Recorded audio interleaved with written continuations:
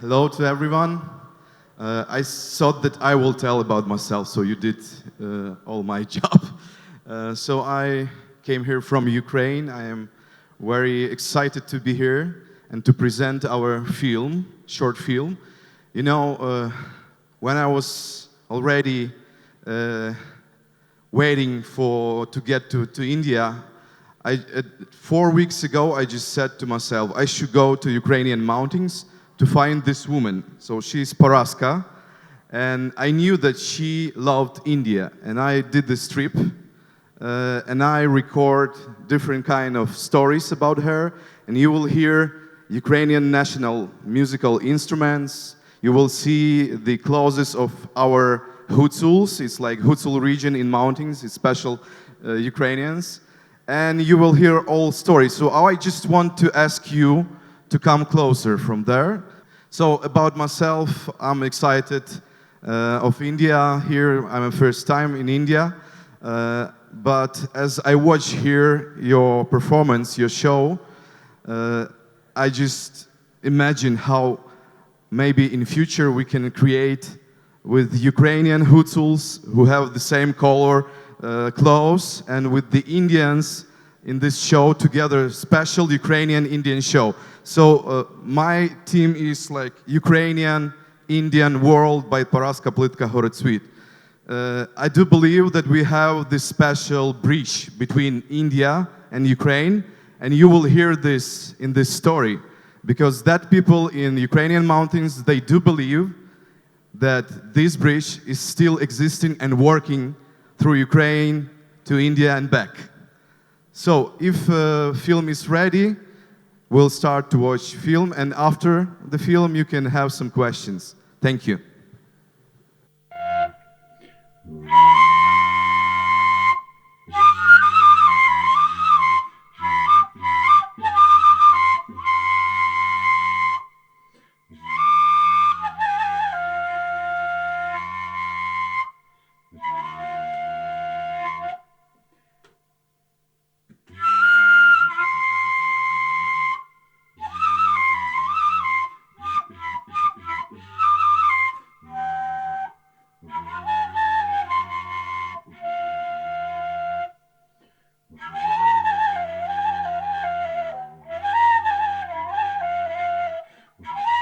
Paraska Plytka-Horytsvit was very adamant in letters, and one thing that we have here is a letter to Indian radio that she wrote and sent there, and here is basically this letter. She says, hello to you, Indian friends of all Indian Radio Delhi. Namaste, greetings.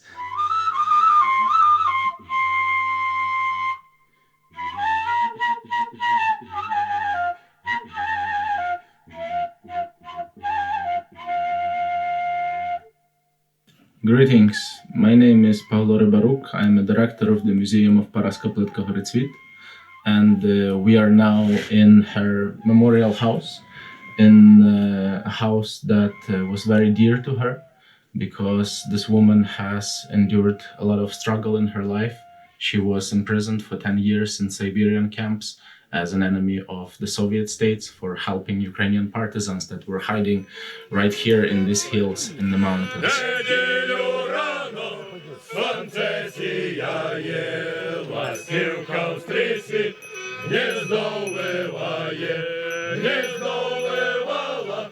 Защебетала, сіла над вікном, заскреготала. Ой, вийди, газдо, та й подивися, твої овечки покотилися, самі баранці народилися, самі баранці ще й круторові. This place is very special to me because my mother was a pupil of Paraska. She taught her how to write poems, and my mom became a poetess. She held community very tightly and strongly together. It's very nice here to be today in Hutu clothing that we proudly wear now. But in times when Paraska was living in the Soviet period, you could get in a lot of trouble just by wearing this here. So her life is a big banner for us, a big flag to never stop creating. Because Paraska wrote that if you stop creating while you are alive, you are dead while being alive, just formally. Руки положили си, самі великі народилися, самі великі, золоторогі, газді з газдиня. Це письменниця. She is writer. She is a poet. She is an ethnographer. She is a person who has raised philosophy incredibly high in her works. So she is philosopher, an artist, a sculptor. She is a photographer, and this is recognizable even abroad. And after she came back from these 10 years of tortures and strife, she got this house. She really held this house very dear to herself because this was a place where she created, and she created immensely. Despite her trauma, she left us more than 500 books, 4,000 photographs in her 70 years of lifetime. Her works have not been published anywhere, and she was producing such homemade books at home. She did covers, blindings, so she designed her handwritten books. She had such a very beautiful handwriting, but she had only primary education. So Paraska wrote and made 46 volumes of large books. Here we are in an exhibition hall, which is our place where we exhibit works of Paraska Plytka-Horytsvit. It's quite a modern art gallery basically here, dedicated to her works, and we have a lot of her paintings, some of her books exhibited here, but comparing the things that we have here to the general number of the heritage that we have, it's still quite a small number. And this is a person who showed how it is possible to create not only something from nothing, but as much as possible creating from your own talent. And there are only a few such people in Ukraine as Paraska, maybe a few in Ukraine and Europe, and in the world maybe dozens. So she painted not only on paper, she painted on a slab, on the stones, on a canvas, on a wood, and of course, she painted most of her works on paper. Look how beautiful this landscape is. The artist was genetically rooted in her, and artist prevails over the poet and over the prose writer. But according to deep scientific research, a talented person is talented in everything. Paraska made a will, she said, due to the fact that since I lived and no one was interested in me, so I bequeath all my creative achievements to my village and my house and everything I created. And she also said that not a single piece of paper, what I wrote, should not go out of the village Krivorivnya. Like she said to herself during imprisonment, when she was in Siberia, she gave an oath to herself to make glory to the world of God. And world of God is for her was quite different from this world where she lived in. It was her own place here as a hermit in her later life. In the earlier life, when she was more open to community, to people, it was a way for her to state her own right for community, to show that despite any oppression, people can have strength. She talked a lot, but she talked more not about her life, but about her books. When I came to her, she was already carrying a new made book. She generally called her books children. She had no family, and she was saying to me, "Oh, look, I have a newborn, beautiful baby."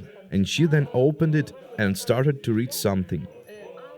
The author of about 2000 Vatinankas. She cut out Vatinankas from different papers. And even for her books, she made such a cardboard boxes. They were decorated with the color Vatinankas, so many of her books still have their own cardboard boxes. So it opens like this, and there is a book inside. This is for the small ones. Це до цих малих, але є такі футлярики й до великих. But there are such cases for large books and cases for Vatinankas. Paraska also made a box for Vatinankas and put them like this. Дала отак. Some of the other stuff here that's important is a photograph of how her house looked like from the inside, because I told you that the heritage is very massive, and you can see here it's a kaleidoscope basically of her different works, and you can just imagine this woman sitting in her own house and creating all of this by her own hand, how much attention and how much devotion she had to make this happen. These are the photos taken by a born artist. When the photos are taken by a brilliant artist, then these photos carry a lot of information. At that time she had a magnifier, such a portable by small size, and a Chaika camera. She did this to document the life of village. 4,000 shots, it's a lot.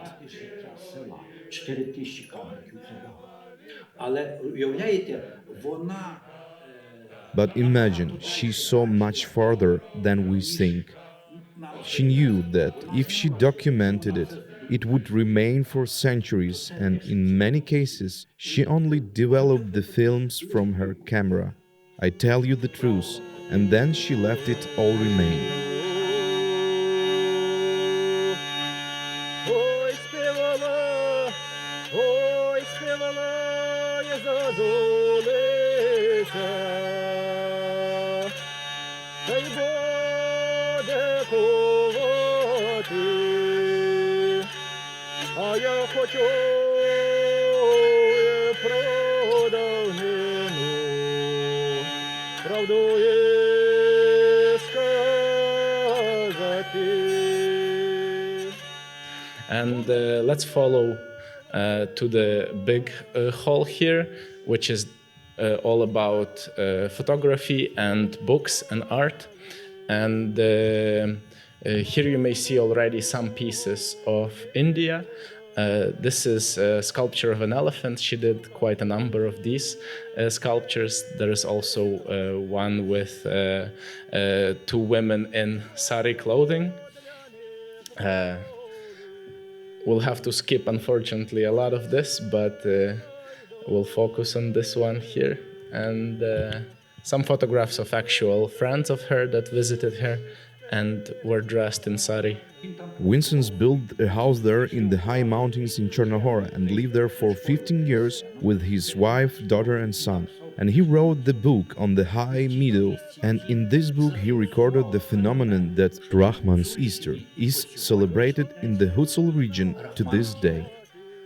And it held very different meanings. For Paraska, it was a way to fantasize about this old land that Hutsuls hold very close to their hearts, because they have belief here. The ethnic people, they have long oral history here, and they think that Rahmans, the wise old people who live far away in India, are somehow connected to us here.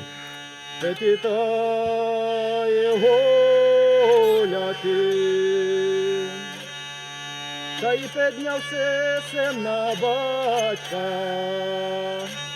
Вони живуть десь там. They live somewhere out there that they have such a phenomenon that the house is very far from their neighbor's house. Every house is like a church, there are bells near the house. Yes, and there is definitely a sea there, as if there are islands on the sea and these people live on these islets. There should be a sea, because you know that Hutsuls have everything but no sea. So these people are connected with us in this way. We have an Easter. For Easter eggs, we throw a shell or a whole egg into the Cheremosh River. And if I am a deeply believer Christian, then I should not just throw a shell there, you can also throw the whole Easter egg. Well, the important thing is to throw it into the river. After a very long time, more than a month, these Easter eggs will flow and will get to these Rahmans, and they will see that we are believers in God and that we celebrate Віримо в Easter. Бога і справляємо Великдень. Що вони тоді зроблять? What will they do then? They will take this Easter egg, share only one egg among 12 people, because they live so friendly that one egg for 12 people is enough for them. After that, they will do this. Each in his own house will ring his own bell, but they have a different bells which they like. They are not the same tone. Then such a sound will be formed, fantastically beautiful, that if you put your ear to the ground on Rahman's Easter, if you are righteous, you will hear it.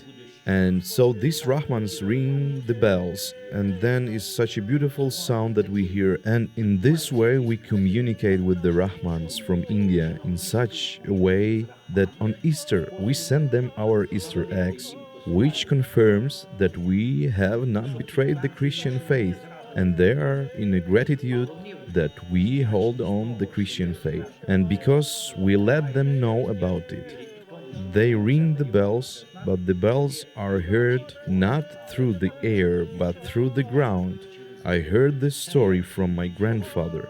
Мій дід називався Зеленчук Микола. My grandfather's name was Mykola Zelenchuk. He was born in the village of Bystrets on the highest place and was the second neighbor of writer Stanislav Vincent.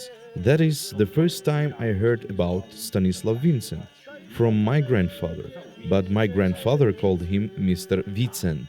And in this way, my grandfather said that there was Rahman's Easter. And then I knew it through reading the calendars, and the calendars of the Hutsuls had an entry about Rahman's Easter. Well, today there is a translation from Polish into Ukrainian by Stanislav Vincent in this book about Hutsuls.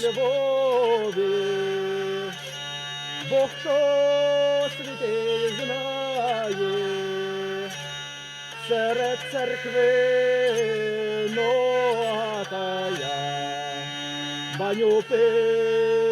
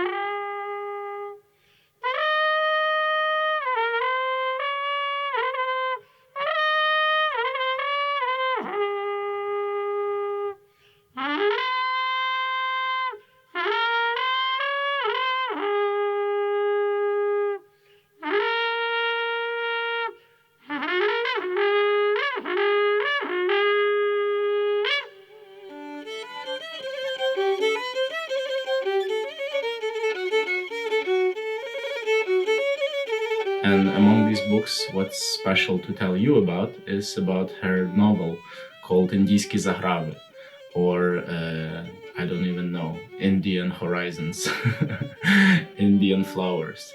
And for Paraska, it was a way to imagine herself and her friend, who was also a political prisoner, who came back alive and survived this, as traveling through India and having various adventures, meeting a prince of Pluton, for example, or traveling on top of Indian elephants. It's interesting how people can find internal joy despite very hard external circumstances. То це її фантазія. This is her fantasy story how two Hutsuls girls traveled to India.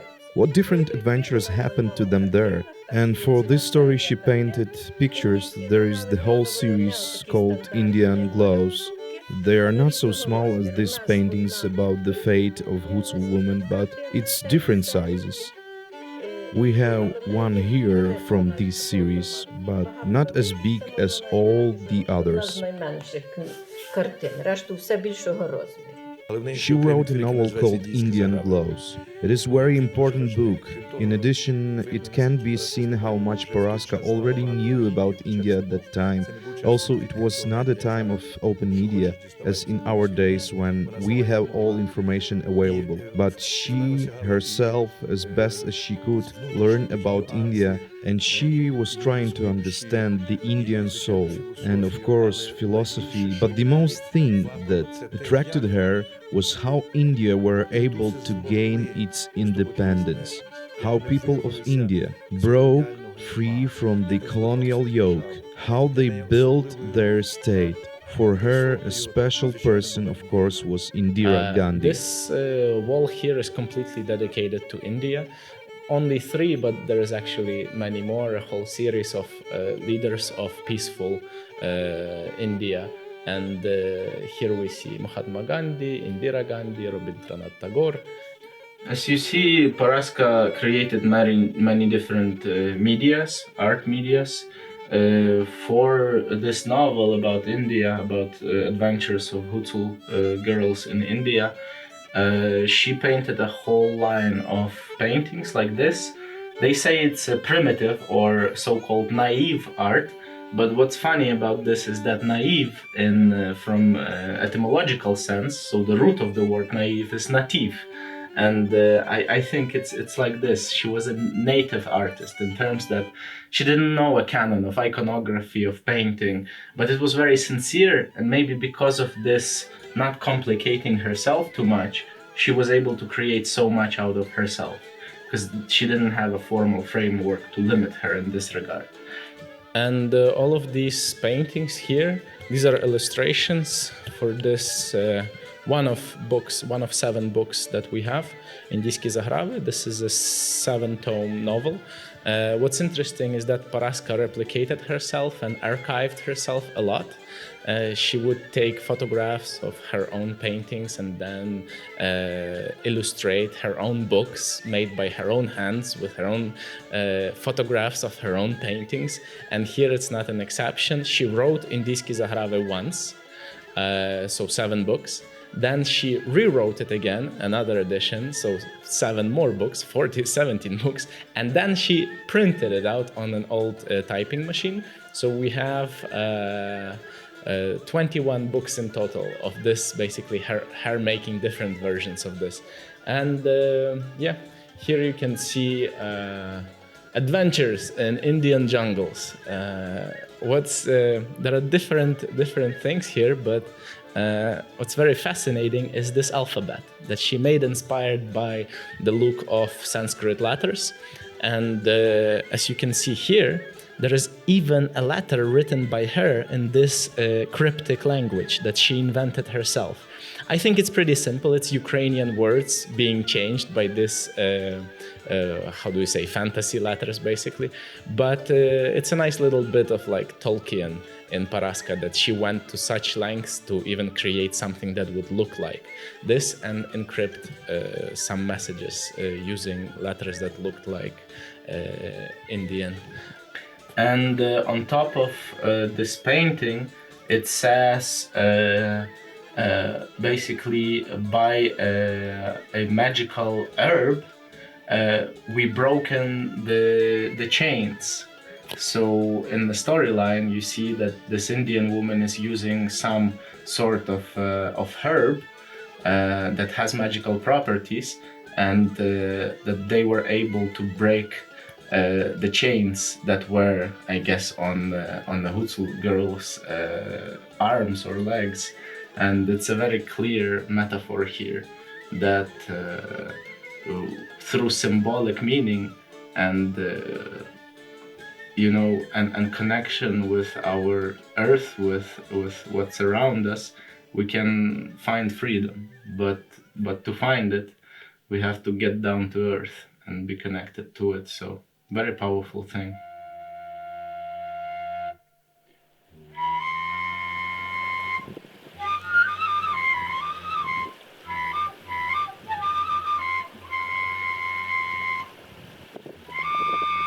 Indira Gandhi, as well as our Ukrainian Princess Olga from Kiev Rus, as well as Paraska Plytka-Horytsvit herself, showed us what Jesus Christ says, that in Jesus Christ men and women are one and equal. This is very important because it opens up opportunities for our spiritual and creative development. Therefore, I wish all of us to know the genius of our people, especially those who were born where we come from, and to know the genius of other people, and this will not only make us richer, and we will defeat all evil, all authoritarianism, and indeed the biggest value for us will be to respect all human beings as an image and likeness of God. And now, as Ukraine is in a very heavy state, the war with Russia is raging on, you feel this heritage quite differently. You see that despite Paraska's great limitation in terms of material that she could work with, information that she could get very limited. She could listen to Indian radio. People in the village could watch Indian movies, and they would say that it was a big joy to them to watch these movies because people were dancing, they're singing, and they found something very endearing to themselves, because our people are also very expressive in their way, in dances and songs and music. And if for Soviet Union this was a formal relationship about getting Indians closer to themselves and having this partnership against the West, basically, because India was colonized by Britain, Ukraine was colonized by the Soviet state. And people like Paraska, those who were considered to be enemies of state, those who were politically minded, those who understood the power of identity in times where identity had to be shut down, and they suffered for it greatly. They saw an example in India, an emancipatory example. To read Mahatma Gandhi's works, Indira Gandhi, Rabindranath Tagore, for them it was a way to imagine their own life, to imagine Ukrainians as being in potential able to break free from the Soviet chains.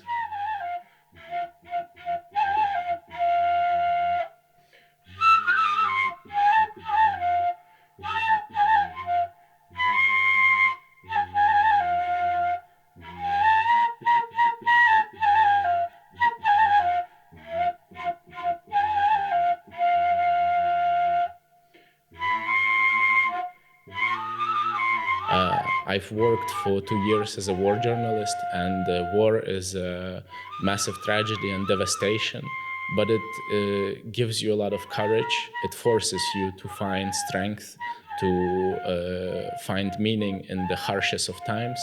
And you can see here Paraska made a painting on stone.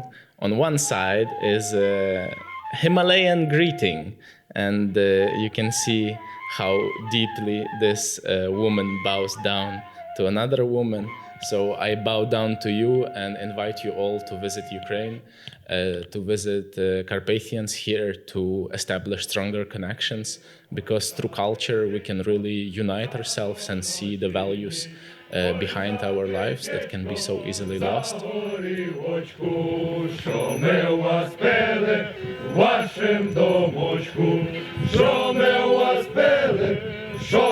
вас їли, ой, що би вам все статки роїли, ой, з неба віха, до землі стріха, та дай вам, Боже, здоров'я втіха, ой, з неба віха, до землі стріха, та дай вам, Боже, з дітей утіха, ой, з неба віха, до землі стріха, та дай вам, Боже, з усього втіха, та дай вам, Боже, вівці корови, бо ми вже йдемо, будьте здорові.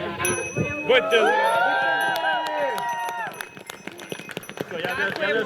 Я сфотографуюся з Віру, бо це... Я давно дивлюся, чи... Але потім утримуюся. Та ми всі сфотографуємося, повір. Little funny thing. This is Це Рахманіще. True Rahman from Ukraine. Словом, Параска Плитка нас надихає на Paraska is inspiring us всякі рахманського on гуцульського different creative things, Ukrainian, Indian, Rahman things. Ми сьогодні робимо We дуже are гарну велику справу. Doing really great job today З нашими партнерами, with our друзями partners and with будемо audio презентувати, stories спадщину to Плитки, present the heritage її of любов Paraska до Індії, and her до love to постатей India, Ганді, Махатма Ганді, to Індіра all Ганді. І надіємось, що наші Indians, and we потуги do моцно believe прозвучать, як та трембіта that this в project Індії, в Керелі, в will півдні sound України. greatly for Усі you. вітання з Криворівні. So Па-па. greetings to Indians from Krivorivnya. Thank you. Thank you, thank you, thank you. It was a short film. We still have a few minutes. Maybe you know the secret of Rahmans, because I have this curiosity. Do anyone knows? Maybe you have here in India the Rahmans, maybe somewhere near you by in some kind of islands. I don't know. I am very thankful to all people who came here. I am excited that we did this presentation of this film. And I want to invite you all to another session we have. And I will use there with my partner, poet Yulia Musakowska, this national Ukrainian instrument. It's called telinka. So I will play there a lot. And you can come at 6 o'clock in Letters Hall, I suppose, at 6 o'clock p.m. Please come and listen other national Ukrainian poetry, nowadays poetry, and this national musical instrument. And I can play at the end a little bit for you, to asking you to come and to visit us more. Okay?